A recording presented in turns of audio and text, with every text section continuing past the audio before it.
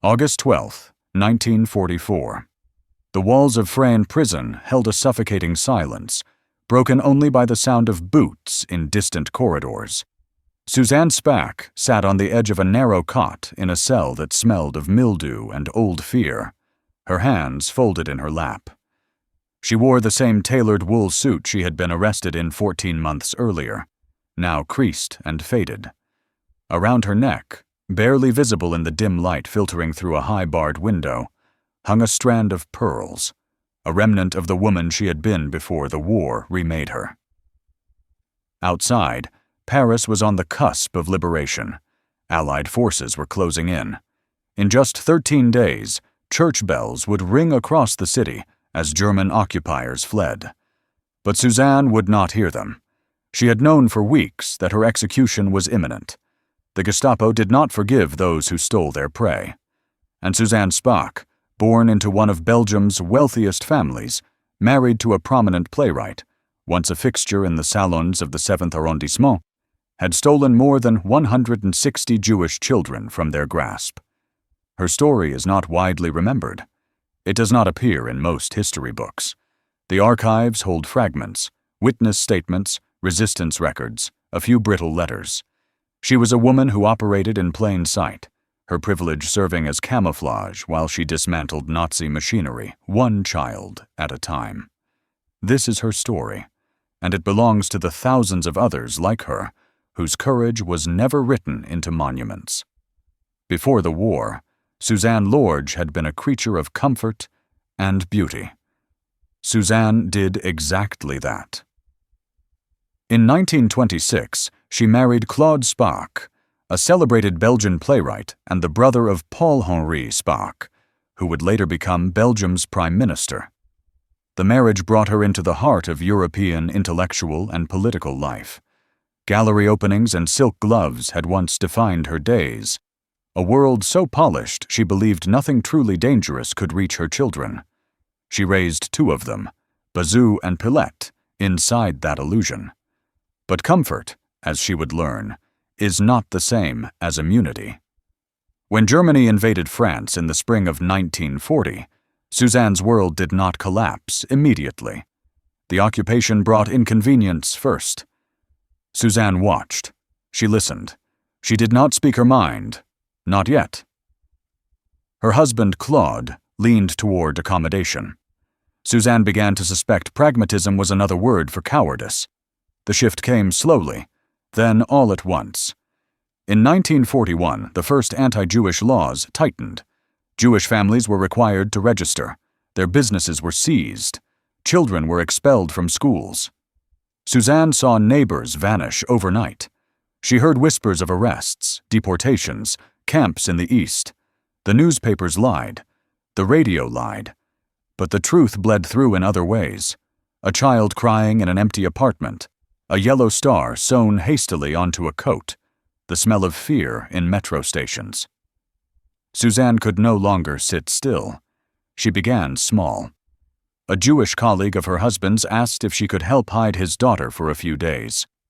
Before saying yes, she glanced at her children's toys scattered across the floor. Helping one child meant endangering her own. And she knew it, but she said yes anyway. The girl survived.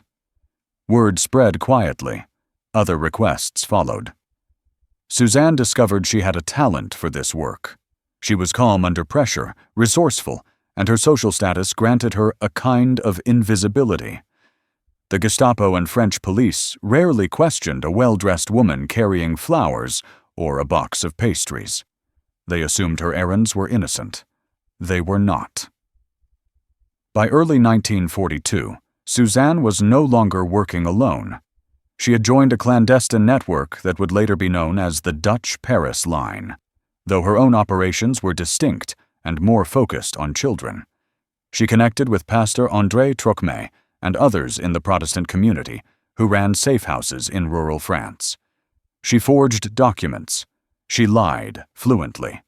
Each forged signature carried a danger she hadn't yet fully imagined, one that was already closing in on her. Every handoff carried the risk of betrayal.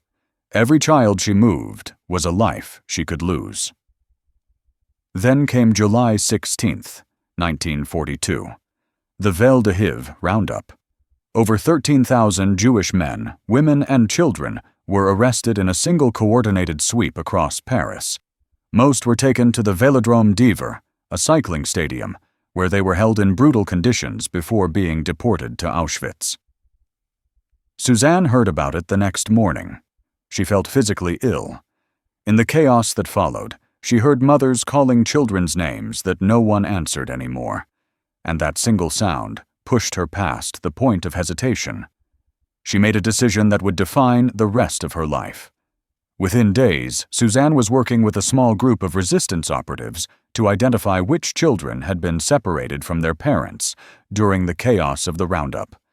Some were held temporarily in camps outside the city. Others were in state-run orphanages, awaiting deportation orders. Suzanne used her connections, friends in the Red Cross, sympathetic social workers, even a few policemen who hated what they were being ordered to do. She obtained lists of names. She forged release papers. She walked into those facilities, pearls at her throat, and calmly explained she was there to take custody of certain children on behalf of their families. It worked more often than it should have. She realized her greatest protection wasn't secrecy. It was the assumption that a woman like her would never revolt. Over the next 2 years, Suzanne personally orchestrated the rescue of at least 160 children, though the true number may never be known. She moved them out of Paris in small groups, hidden in the back of delivery trucks or dressed as refugees fleeing to unoccupied zones. She placed them with families in the countryside, in convents, in mountain villages where the Vichy authorities had little reach. She kept meticulous records in code, knowing that if she were caught, those records would be her death sentence. She was caught once, briefly, in the spring of 1943. A French informant reported her to the Gestapo. She was questioned for 6 hours at their headquarters on Avenue Foch. An officer tapped her pearls with the back of his pen, as if weighing whether elegance could be a mask for treason. They accused her of sheltering Jews. She denied it with such composure that they released her, likely because they could not fathom that a woman of her class and background would engage in such dangerous work. Her pearls, her accent, her air of untouchable elegance, these became her armor. But armor is not invincible. That narrow escape changed the rhythm of her operations. She became more cautious, rotating safe houses more frequently, limiting the number of people who knew her real identity. Yet she refused to stop. Her husband begged her to. Her friends pleaded with her to leave France while she still could. She stayed, unaware that someone in her circle had already whispered her name to the Gestapo again. The children needed her. That was reason enough. By the winter of 1943, the Gestapo's net was tightening. Several members of Suzanne's network had been arrested. Under torture, some had given names. Suzanne knew her time was running out. There were still children waiting. There were still names on her list. No one expected rebellion from a woman whose life had been tailored as neatly as her suits, and that had always been her advantage. On the morning of November 4th, 1943, 2 Gestapo agents arrived at her apartment. They did not knock. She was arrested along with several associates. The network was broken. The safe houses were raided. Children who had not yet been moved were taken into custody. Suzanne's carefully built system of rescue collapsed in a matter of hours. She was taken to Fresnes prison, a fortress-like complex south of Paris, where the Gestapo held political prisoners. Her cell was cold and narrow. She was interrogated repeatedly. The clerk's eyes had once lingered a moment too long on one of her forged signatures. She felt her pulse in her throat then, knowing one question would end everything. Now there were no more signatures to forge. The Germans wanted names, addresses, contacts. She gave them nothing. She endured solitary confinement. She lost weight. Her elegant clothes hung loose on her frame, but the pearls stayed around her neck. Prison guards did not think to take them. They were just jewelry, after all. In Fresnes, Suzanne met other women, resistance fighters, communists, Jews, ordinary citizens who had been caught hiding refugees or distributing underground newspapers. They sang quietly on the nights when executions were carried out, so that those who were dying would not die alone. Suzanne's trial, such as it was, took place in the summer of 1944. The proceedings were brief and brutal. She was found guilty of aiding enemies of the Reich. The sentence was death. There was no appeal.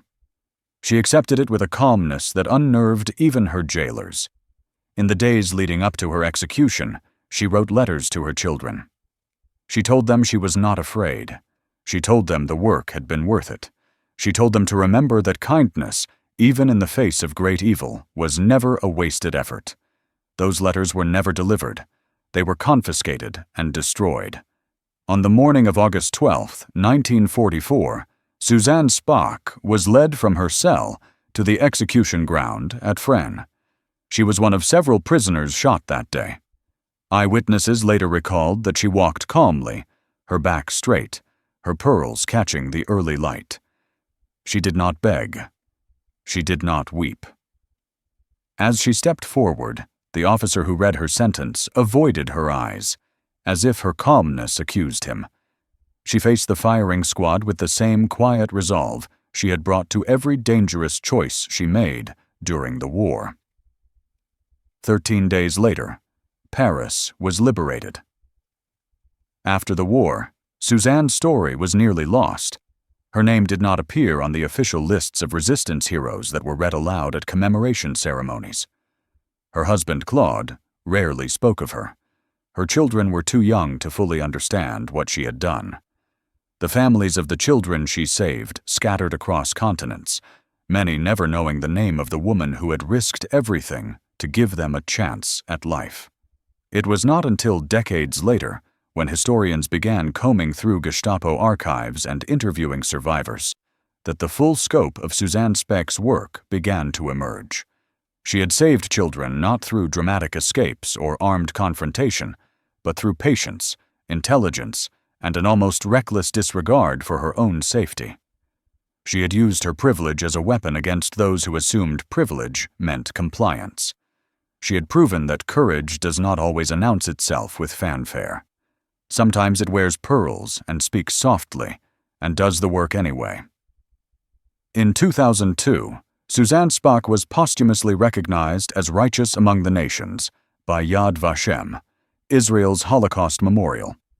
A plaque was installed in Paris in her honor. A few books mentioned her in passing, but for most of the world, her name remained unknown. She was one of thousands, women who resisted, who rescued, who died before they could see the liberation they fought for. Her pearls were never recovered. No one knows what became of them. Perhaps a guard pocketed them. Perhaps they were lost in the chaos of the final days of occupation. It does not matter. What matters is what they represented: a refusal to be diminished, a quiet insistence that beauty and defiance could coexist, that a woman in silken pearls could be as dangerous as any soldier. Suzanne Spaak died believing she had failed. She died knowing the network was broken, that some of the children she tried to save had been deported, that the world she hoped to protect had burned anyway. She could not have known that more than 160 lives continued because of her. She could not have known that some of those children would grow old, have children of their own, build lives in safety because a woman they never met decided their survival was worth her life. The war took millions. It erased entire communities. It destroyed cities and broke families and left wounds that never fully healed. But it also produced people like Suzanne Spaak, people who chose to act when silence would have been safer, who risked everything for strangers, who proved that even in the darkest hours, human decency could still flicker to life. She was not a soldier. She was not a spy in the traditional sense. She was a mother, a socialite, a woman who loved art and beauty and the rituals of civilized life. And when civilization failed, she became something else. She became necessary. She became dangerous. She became a guardian in the shadows, moving through a city that had forgotten how to see. Her legacy is not written in stone. It is written in the faces of the people who lived because she did not look away. How many other lives like hers were quietly erased?